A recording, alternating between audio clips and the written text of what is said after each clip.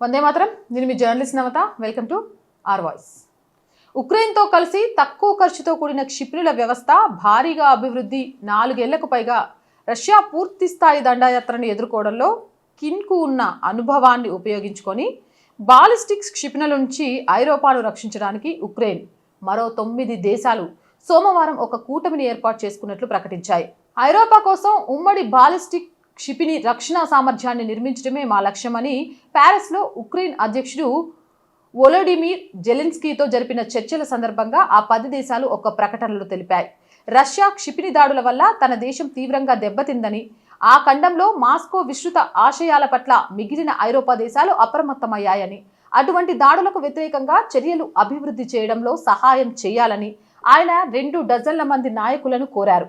Cruise క్షిపణులు లేదా డ్రోన్ల కంటే ఆపడం కష్టతరమైన బాలిస్టిక్ క్షిపణుల వల్ల పెరుగుతున్న ముప్పును తాము గుర్తించినట్లు Zelensky Denmark, France, Germany, Italy, Netherland, Norway, Spain, Sweden, United Kingdom నాయకులు తెలిపారు. భవిష్యత్తు క్షిపణి ముప్పులను నిరోధించడానికి, నిర్వీర్యం చేయడానికి, ఐరోపాను రక్షించడానికి ఒక సమగ్ర పరిష్కారం అంటే సమీకృత క్షిపణి రక్షణ వ్యవస్థ అవసరమని మేము విశ్వసిస్తున్నామని ఆ ప్రకటన పేర్కొంది.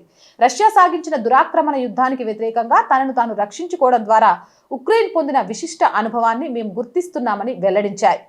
ఈ రక్షణ వ్యవస్థను ఏర్పాటు చేయడానికి ఆ ప్రకటన ఎటువంటి కాలపరిమితిని ఇవ్వలేదు.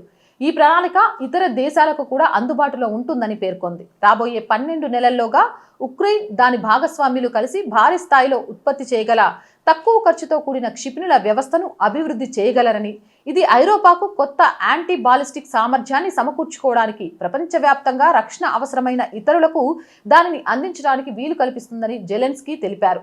ఐరోపా విదేశాంగ మంత్రులు బ్రసెల్స్లో విడివిడిగా సమావేశమై ఉక్రెయిన్ అవసరాలు, ఖండానికి రష్యా నుంచి పొంచి ఉన్న ముప్పుల గురించి చర్చించారు. శీతాకాలానికి ముందే తమ వాయు రక్షణ వ్యవస్థలను అభివృద్ధి చేయడానికి ఐరోపా దేశాలతో కలిసి ప్రయత్నాలను వేగవంతం చేయాలని జెలెన్స్కీ ఆసక్తిగా ఉన్నారు. ఎందుకంటే శీతాకాలంలో రష్యా సాధారణంగా ఉక్రెయిన్లకు విద్యుత్, వేడి, నీటిని అందకుండా చేయడానికి తన దాడులను తీవ్రతరం చేస్తుంది. ఏదేమైనా ఇదివరకులాగా రష్యా ఆటలు సాగకుండా ఉండేందుకు 10 దేశాలు ఏకమయ్యాయి.